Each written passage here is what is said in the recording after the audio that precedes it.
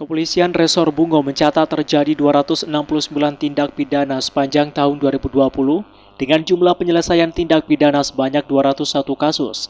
Hal itu disampaikan Kapolres Bungo AKBP Muhammad Lutfi SIK saat konferensi pers akhir tahun di Aula Mapolres Bungo, Rabu 30 Desember 2020.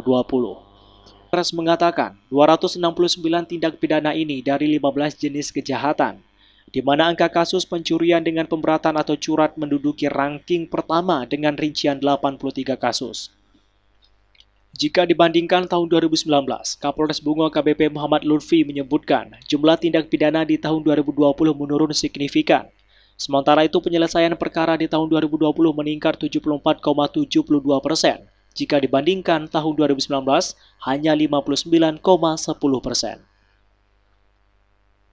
Selain curat, beberapa kasus kriminalitas lain yang menonjol ialah seperti kasus pencurian dengan kekerasan atau curas sebanyak 12 kasus, pencurian kendaraan bermotor atau curanmor sebanyak 19 kasus, dan kasus penganiayaan sebanyak 25 kasus.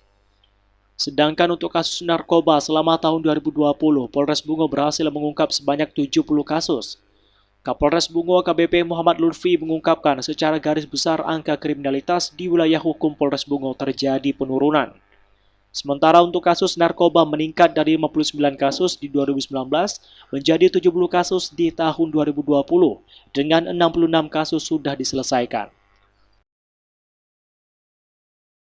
Secara umum keseluruhan pada tahun 2020 ini situasi di wilayah Kabupaten Bungo itu dalam keadaan aman dan kondusif. Kemarin ada tahapan pilkada sudah selesai, alhamdulillah juga berjalan dengan aman dan kondusif. Kemudian untuk perbandingan tindak pidana pada tahun 2020 itu mengalami penurunan yang sangat signifikan, 37%. Nah, ini merupakan prestasi dari personil Polres Bungo dan juga kesadaran masyarakat hukum masyarakat untuk tidak melakukan upaya atau tindakan yang melanggar hukum.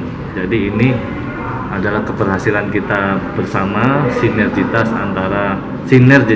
antara personil Polri dan masyarakat.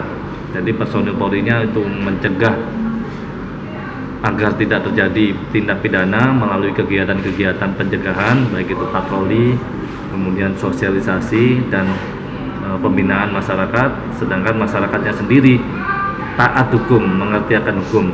Jadi itu yang dua faktor yang menurut saya kenapa tindak pidana di Kabupaten Bungo ini menurun drastis. Konferensi pers disampaikan Kapolres Bungo juga dihadiri Kabag Ops Polres Bungo AKP Sandi Pranayuda SIK serta dihadiri para kasat jajaran Polres Bungo.